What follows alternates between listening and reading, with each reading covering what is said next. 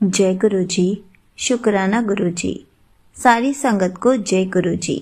संगत जी, आपको पता है गुरु जी हमारे लिए जो भी करते हैं हमारे भले के लिए ही करते हैं। हमें तो बस गुरु जी का शुक्राना करना होता है। इसी पर एक आंटी जी का सत्संग सुनते हैं जिसमें उन्होंने इस बात को बहुत अच्छे से एक्सप्लेन किया है। ये सत्संग पूरा ज़रूर सुनिएगा, आपको बहुत अच्छे आंसर्स मिलेंगे। तो चलिए आंटी जी का सत्संग सुनते हैं। गुरु जी शुक्राना गुरु जी। ओम नमः शिवाय। शिव जी सदा सहाय। ओम नमः शिवाय। गुरु जी सदा सहाय।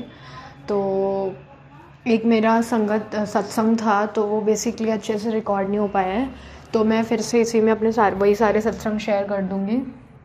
तो आज का मेरा बहुत बड़ा मेरेकल सत्संग ये हुआ कि मैं बहुत दिन से बड़े मंदिर नहीं जा पा रही थी और गुरु पा का मैसेज तो आता था, बट मुझे लगता था कि ये ऐसे ही होगा क्योंकि इसमें शेयर वेयर करने को लिखा होता था कि वहाँ पे गुरुद्वारे आके मत्था टेक जा ये वो।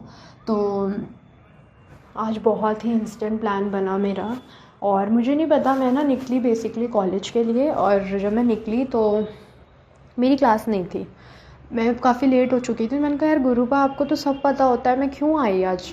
ऐसा एक बार और भी हो चुका है मेरे साथ। मैंने कहा गुरुपा क्यों आई मैं आज, जब आज कोई यूज़ ही नहीं था आने का और मैं आई हूँ, कोई फ़ायदा नहीं है। तो अचानक से ना मेरी फ्रेंड इंस्टेंटली बोलती है, और मैं पता नहीं कैसे मान गई, मैं भी नहीं मानती हूँ। इंस्टेंटली वो बोलती है कि गुरुद्वारे चलते आज हम लोग।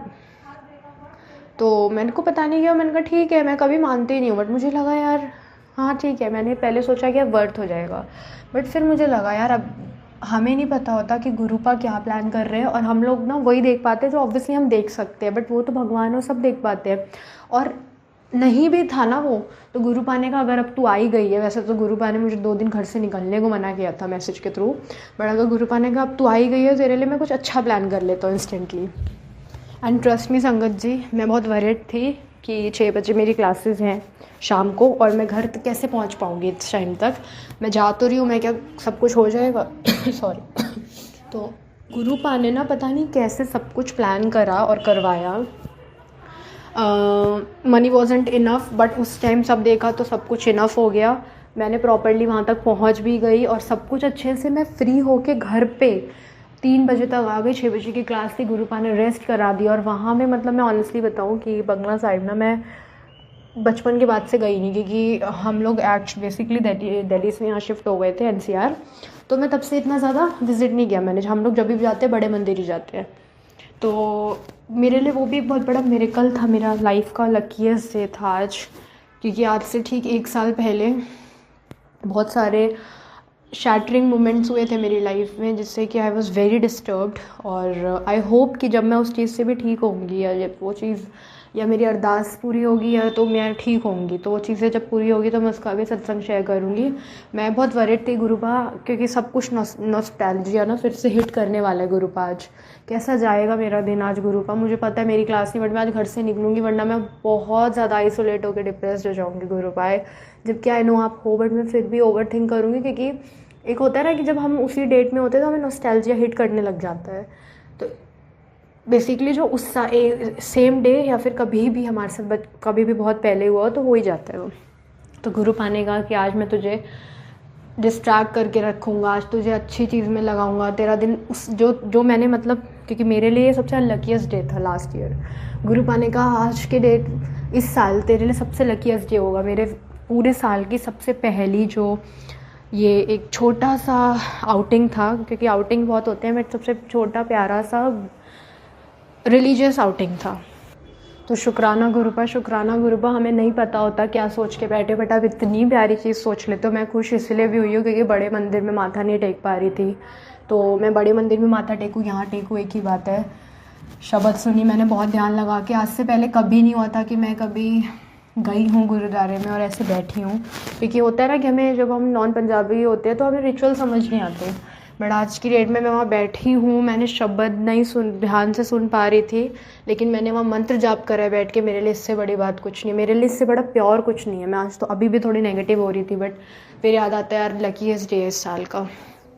तो ये मेरा आज का सत्संग था, और जो सत्संग मैं शेयर करूँ कर पाई, वो रिकॉर्ड नहीं हो पाया, तो वो मैं अभी कर देती हूँ शेयर। तो मेरी आंटी, मदर आंटी जी के साथ ये सत्संग हुआ था कि वो बेसिकली अपने ऑफिस में सुन रही थी, तो एक आंटी जी पेशेंट आई थी वहाँ पे, तो सुन रही थी, तो मदर आंटी जी गई तो उन्होंने बंद कर दिया। तो शी सेड कि आपने क्यों बंद करा, सुनिए आप, मैं भी गुरु जी की संगत हूँ। तो वो जो आंटी जी थी उन्होंने इतना प्यारा मेरे कल शेयर किया अपना, कि मेरा जो उनके फादर एडमिट थे हॉस्पिटल में, और वो अपने ब्रदर को बोल रही हैं कि तू रुक, मैं घर से लेके आती हूँ स्वरूप। वो बहुत डिफ़िकल्टी होती है उनको जाने में, कौन छोड़ता, कैसा होता, या पीछे कुछ भी हो सकता था। तो गुरुपा ने क्या किया, एक अंकल जी आए बहुत प्यारी सी स्माइल के साथ, जस्ट उनको स्माइल करी और उनको स्वरूप पकड़ा के चले गए गुरुपा का। इतने प्यारे प्यारे मिरेकल होते हैं ना, हम लोग कहीं नहीं एक्सपेक्ट कर सकते ऐसे सब मिरेकल, कहीं पे भी नहीं। मिरेकल तो ये सारे होते हैं एक्चुअल में। मेरे साथ भी ऐसा ही बहुत प्यारा मिरेकल हुआ था, जब मेरे को सेवादार जी थोड़े फ्रस्ट्रेट हो गए थे शिवरात्रि वाले दिन। 2024 का सत्संग है, मैं ऑलरेडी शेयर कर चुकी हूँ, लेकिन मुझे लगता है कि शायद किसी का आंसर हो। तो सेवादार जी थोड़े फ्रस्ट्रेटेड थे, एक अंकल जी आए रैंडमली, और वो ना टी शर्ट वही थी जो मुझे बहुत पसंद थी, गुरुपा की टी शर्ट, वही टी शर्ट ऐसे अंकल जी ने पहनी हुई थी, और गुरुपा पहना वही सेम प्रिंट, डिफरेंट कलर था बट प्रिंट वॉज सेम।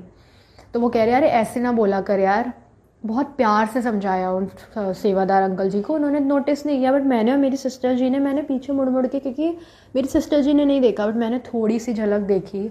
ये मेरे साथ कितने बड़े मिरेकल्स हो जाएंगे लाइफ के, ये सबसे बड़ा मिरेकल रहेगा मेरा। बहुत प्यारा मिरेकल था, बहुत प्यारा संगत जी। ऑब्वियसली वो गुरुपा थे और स्वयं चोले में थे, तो देखना खुली आंखों से, तो थोड़े देर बाद गुरुपा गायब हो गए, सॉरी मतलब दिखे नहीं, मतलब उधर से वो अंकल जी कहाँ गए। और हम लोग को पता है कि आउट ऑफ नो वेयर वहाँ पे कोई भी ऐसे वॉक नहीं कर सकता बड़े मंदिर में, अंटी लल्ले सब क्यू में, अंटी लल्ले सब सेवादार नहीं हो, हम सभी क्यू में चलते हैं, बड़े से बड़े संगत भी क्यू में चलते हैं।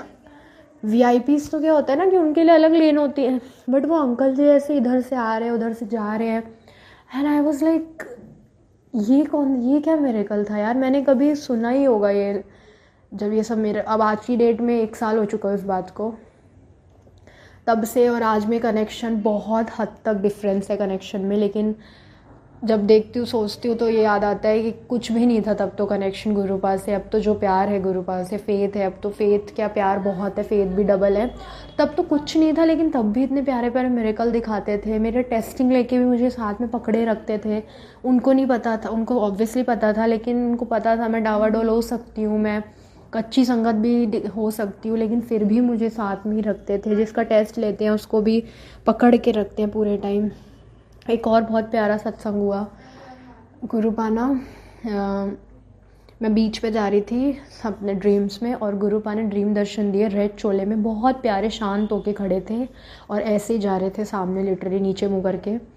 मैंने उनको देख के, और मैंने नोटिस नहीं किया ड्रीम में, मैंने देख के मैं चलती गई।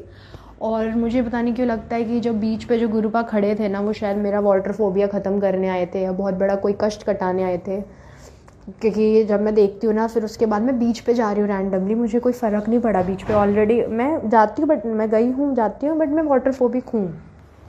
लेकिन ड्रीम्स में मुझे बिल्कुल फ़र्क नहीं पड़ा वाटर की डेप्थ से, और गुरुपा जस्ट निकल, इतना प्यारा वो ड्रीम दर्शन था, क्योंकि गुरुपा रेड चोले में थे और बीच के सामने थे वो भी। तो यही मेरे 3-4 छोटे छोटे सत्संग थे। आज का तो बहुत ही प्यारा मिरेकल और ब्लेसिंग थी गुरुपा की।